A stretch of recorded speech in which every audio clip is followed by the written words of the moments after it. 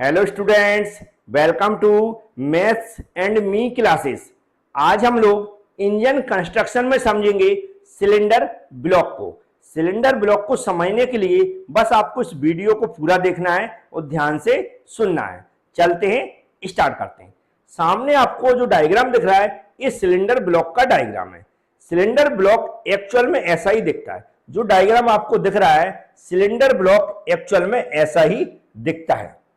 जो हमारा इंजन होता है यदि हम उसका स्ट्रक्चर देखें या इंजन की जो नींव रखी जाती है या इंजन का जो मूल ढांचा होता है वह क्या होता है, सिलेंडर ब्लॉक ही होता है।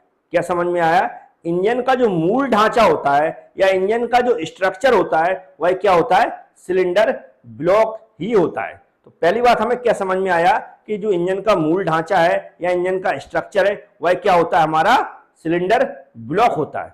कई बार ऐसा भी बोलते हैं कि जो इंजन की नींव रखी जाती है वह कहां से रखी जाती है, वह सिलेंडर ब्लॉक से ही रखी जाती है। अब दूसरा क्वेश्चन आता है कि जो सिलेंडर ब्लॉक जो लिखा है उसमें सिलेंडर क्यों लिखा हुआ है, इस सिलेंडर का यहां पर मतलब क्या होता है?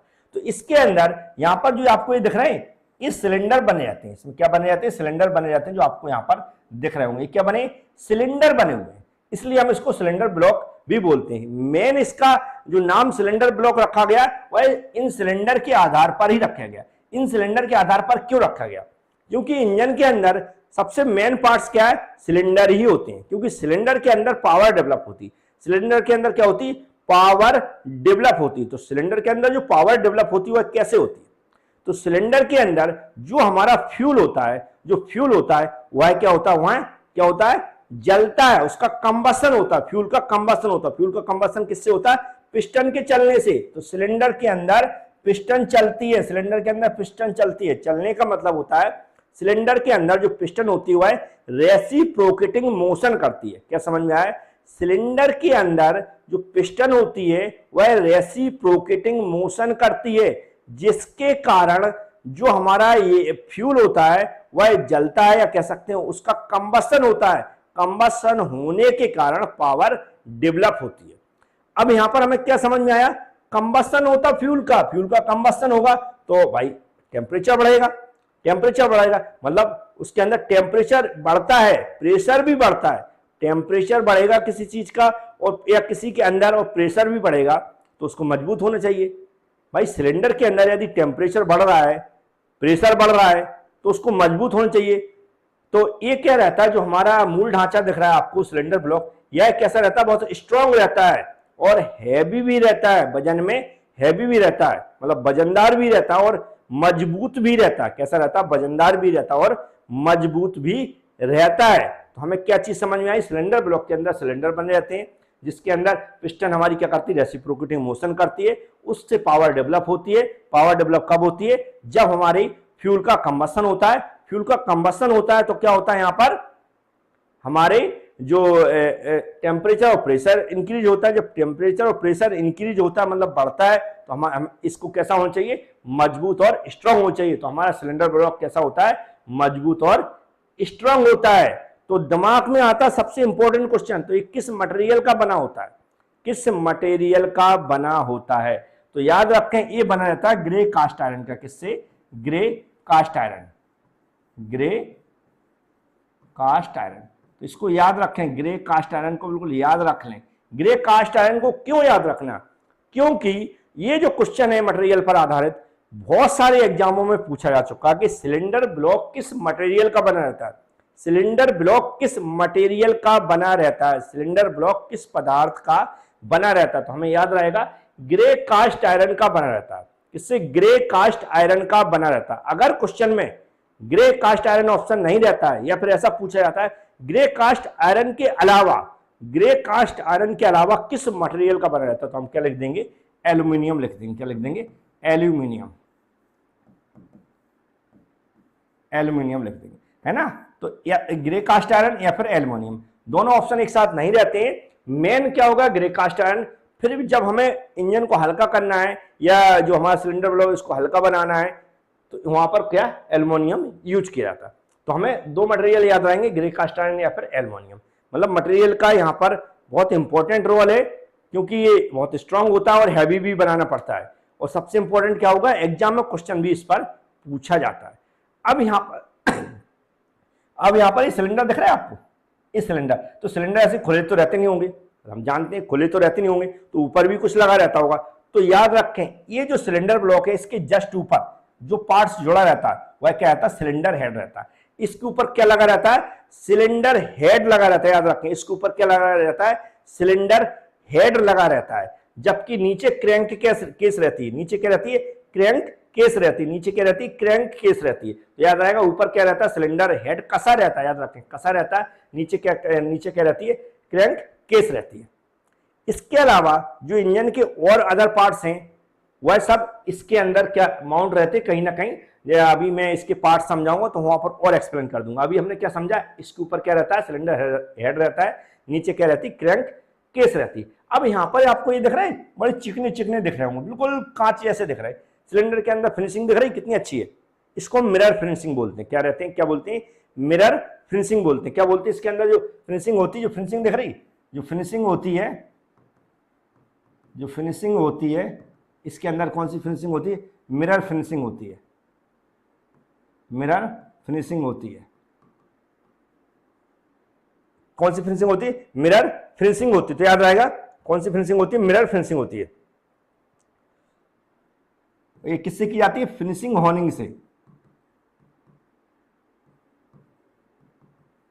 किससे की जाती है, फिनिशिंग हॉर्निंग से, हॉर्निंग स्टिक, सॉरी मैं इधर साफ साफ लिख देता हूं इससे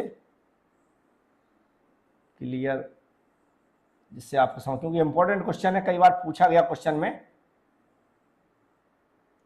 इसकी जो फिनिशिंग की जाती है वो किससे की जाती है, क्वेश्चन क्या पूछा जाता है, इसकी फिनिशिंग किससे की जाती है, तो हम क्या बोलेंगे, हॉर्निंग स्टिक से। किससे, हॉर्निंग स्टिक से, हॉर्निंग स्टिक से किससे की जाती है, हॉर्निंग स्टिक से की जाती है। तो ये क्वेश्चन भी याद रख ले, इसकी जो फिनिशिंग दिख रही, ये फिनिशिंग की जाती है किससे की जाती है, हॉर्निंग स्टिक से की जाती है। याद आएगा किससे की जाती है, हॉर्निंग स्टिक से की जाती है, हॉर्निंग स्टिक से इसकी फिनिशिंग की जाती है। तो ये भी आपको याद रहेगा।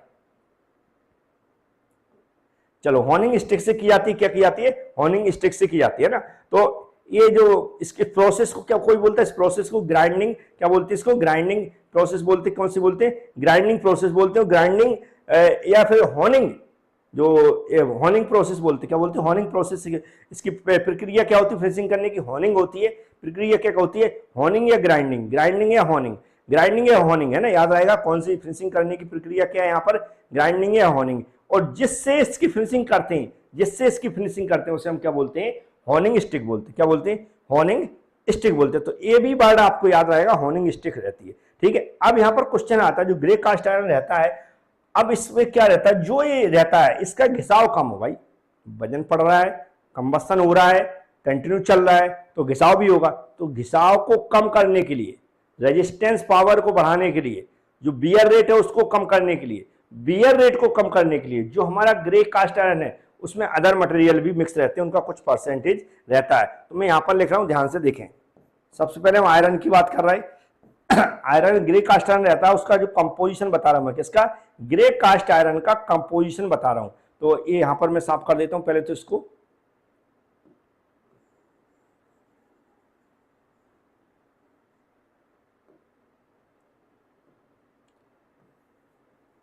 Composition of grey cast iron, grey cast iron. इसमें और कौन कौन से मतलब, आयरन का इसमें परसेंटेज रहता हुआ 95% रहता है। आयरन का जो परसेंटेज रहता हुआ 95% रहता है। फिर रहता हमारा कार्बन, फिर क्या रहता है, कार्बन। कार्बन का जो परसेंटेज रहता हुआ 2.2% रहता है। कार्बन का परसेंटेज कितना रहता है, 2.2% रहता है। फिर रहता है सिलिकॉन, सिलिकॉन, सिलिकॉन का देखें तो परसेंटेज रहता है 1.2% रहता है, 1.2% रहता है। सिलिकॉन का 1.2% रहता है। फिर हम बात करते हैं मैग्नीज की बात, मैग्नीज की बात करते हैं। इसका जो 0.6% रहता है, इसका बहुत कम परसेंट रहता है। फिर हम सल्फर की बात करें, सल्फर का जो परसेंटेज रहता है वह 0.12% रहता है, 0.12% रहता है। फिर फास्फोरस की बात करें हम,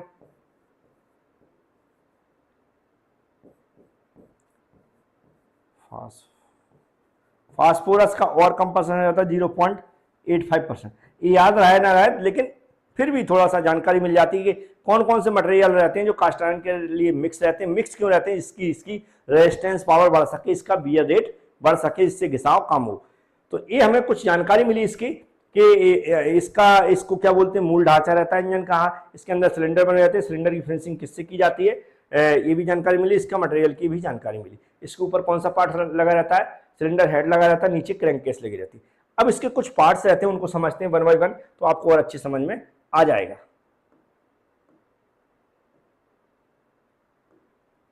अब ये डायग्राम आपको दिख रहा है, डायग्राम वही है, थोड़े से इसमें पार्ट्स लगा दिए मैंने, पार्ट्स के नाम लिख दिए, इससे हमें एक्चुअल में समझ में आ जाए कि कौन कौन से पार्ट्स रहते हैं। तो यहाँ पर सबसे पहले ये जो यहाँ पर ऐसा बना हुआ है, ये जो आपको गोल गोल दिख रहा है, सर्कुलर दिख रहा है, सर्कुलर दिख रहा है, सिलेंडर का जो ऊपर का क्या है, ये डायमीटर, इस डायमीटर को क्या बोलते हैं, सिलेंडर बोर बोलते हैं। क्या बोलते हैं? सिलेंडर बोर बोलते। याद रखें, जो सिलेंडर का डायमीटर होता है उसको हम क्या बोलते हैं, सिलेंडर बोर बोलते हैं। क्या बोलते हैं? सिलेंडर बोर बोलते हैं। इसे कभी न्यूमेरिकल या कुछ पढ़ाओ तो इसको हम डी से डिनोटेट करते हैं। किससे डी से डिनोटेट करते हैं?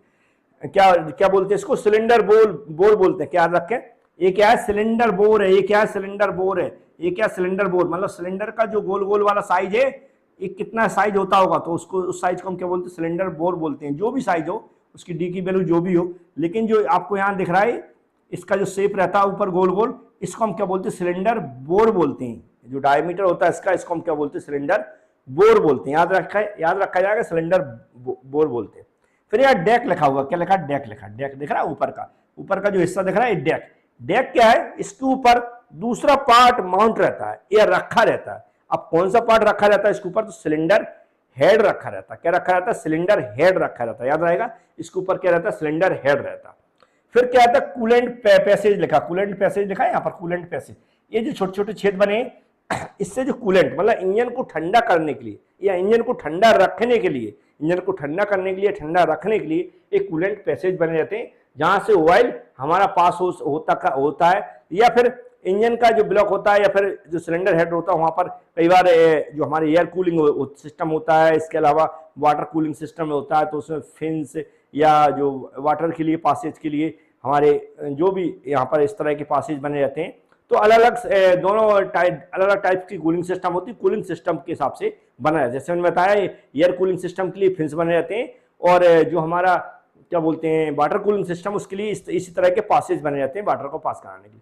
तो हमें समझ में क्या आया कि कूलेंट पैसेज बने रहते हैं इसमें, जिससे इंजन को ठंडा किया जा सके। फिर यहाँ लिखा कोर प्लग दिख रहा है। अब जो यहाँ पर प्लग दिख रहा है, जो दिख रहा है यहाँ पर जी बने हुए, ये कोर प्लग होती है। इंजन के अंदर प्लग लगे रहते हैं, स्पार्क प्लग देखें या कोई अदर प्लग देखें, जो हमारे यहाँ पर सिलेंडर बने हुए हैं, सिलेंडर के पास यहाँ पर प्लग, तो ये कोर प्लग लगा रहता है। यहाँ पर क्या लगा रहता है, कोर प्लग लगा रहता है। हमें उसके फंक्शन से मतलब नहीं है जाना है, सिर्फ लगा रहता है। कहाँ पर क्या लगा रहता है ये देख लें। फिर जो बॉसेस लिखा, क्या लिखा, बॉसेस। ये बॉसेस लिखा, ये क्या है, इस तरह के जो बने रहते हैं, ये दिख रहेंगे आपको। ये क्या रहते हैं, जो हमारी इसकी बनावट के अनुसार इसको स्ट्रॉन्ग और मजबूत बनाते हैं। इसको स्ट्रॉन्ग और मजबूत बनाने के लिए इस तरह के बॉसेस वगैरह बना दिए जाते हैं, जिससे क्या स्ट्रॉन्ग और मजबूत हो इंजन। तो ये क्या बॉसेस बने रहते हैं। इसके अलावा ब्लॉक माउंट फुट, क्या ब्लॉक माउंट फुट दिख रहा है, यहाँ पर ब्लॉक माउंट फुट रखा है। इस इंजन को जहां पर भी लगाए, इसको जहां पर कसा जाता है इंजन पे, या जिस तरह इसको फिट किया जाता है किसी दूसरे पार्ट के साथ भी, तो वहां पर फिट करने के लिए सही से एकदम स्ट्रॉन्ग फिट हो जाए, उसके लिए ब्लॉक माउंट या फुट बने रहते हैं। ब्लॉक माउंट या फुट बने रहते हैं। ये क्या करते हैं, जब किसी इंजन के साथ फिट होते हैं या मजबूती से पकड़ बना लेते हैं, और वह भी स्ट्रॉन्ग पोजीशन में आ जाते हैं दोनों एक दूसरे के साथ। तो ये रहते पार्ट्स। इसके अलावा जो क्रैंक शाफ्ट हाउसिंग, क्या लिखा, क्रैंक शाफ्ट हाउसिंग। इसके अंदर ये दिख रहा है आपको, ये क्रैंक शाफ्ट हाउसिंग है। इसके अंदर क्रैंक शाफ्ट चलती है, जो भी पावर डेवलप होती है क्रैंक शाफ्ट चलती है। इसके अंदर क्या होती है, क्रैंक शाफ्ट चलती है। और यहाँ पर कैम शाफ्ट हाउसिंग होती है। क्या रहती है, कैम शाफ्ट हाउसिंग। यहाँ पर क्या रहती है, कैम शाफ्ट हाउसिंग रहती है। क्या रहती है, कैम शाफ्ट हाउसिंग रहती है, जो आपको camshaft housing, camshaft मतलब इसके अंदर चलती है, क्रैंक शाफ्ट इसके अंदर चलती है। फिर नीचे साइड जो नीचे रहता है, नीचे पूरा ब्लॉक रहता है, इसके अंदर हम क्या क्रैंक जो हमारी क्या बोलते हैं, ऑयल संप बोलते हैं इसको, ऑयल संप बोलते हैं। क्या बोलते हैं, ऑयल संप बोलते हैं। मतलब नीचे का जो पार्ट रहता है ऑयल संप रहता है, जो ऑयल डलता है वह नीचे उसी में गिरता है, उसी से ऊपर पंप के द्वारा पूरे इंजन के अंदर सर्कुलेट किया जाता है। जो ऑयल संप रहता है नीचे, उसके अंदर जो ऑयल भरा रहता है वही किसी पंप के द्वारा पूरे इंजन के अंदर सर्कुलेट किया जाता है और फिर उसी के अंदर गिर जाता है, ऐसा रिसर्कुलेट होता रहता है। तो ये जो इंजन ब्लॉक के बारे में जिस तरह के क्वेश्चन पूछे जा सकते हैं या जो जानकारी चाहिए हमें, वो मुझे लगता है मिल गई होगी आपको। तो जो आज का पार्ट था सिलेंडर ब्लॉक, कुछ ना कुछ आपको जानकारी जरूर मिली होगी। यदि आपको पसंद आ रहा है हमारा पढ़ाना या जो भी यहाँ पर जानकारी मिली, तो ये चैनल है हमारा मैथ्स एंड मी क्लासेस, इसको सब्सक्राइब जरूर कर लें और बेल आइकन पर क्लिक कर लें, सब्सक्राइब कर लें और लाइक कर दें, बेल आइकन पर क्लिक कर दें। सब्सक्राइब करने के बहुत सारे फायदे हैं, बेल आइकन दबाने के भी फायदे हैं। सब्सक्राइब करने से होगा क्या, चैनल को सब्सक्राइब करेंगे, जब भी वीडियो में बनाऊंगा उसका नोटिफिकेशन आपके पास पहुंच जाएगा। आप हमारे चैनल में जाके कोई भी वीडियो देख सकते हैं जो भी मैं बना चुका हूं, और बेल आइकन से सिर्फ नोटिफिकेशन भेजा जाता है, क्योंकि नोटिफिकेशन नहीं जाएगा तो आप हमारे वीडियो नहीं देख पाएंगे, चैनल ही गायब हो जाएगा, आपको पता ही नहीं चलेगा। यदि आपको फायदा मिल रहा है और आप किसी भी टाइप की गवर्नमेंट एग्जाम की तैयारी करना चाहते हैं तो हमारे चैनल से जरूर जुड़ें। Thank you.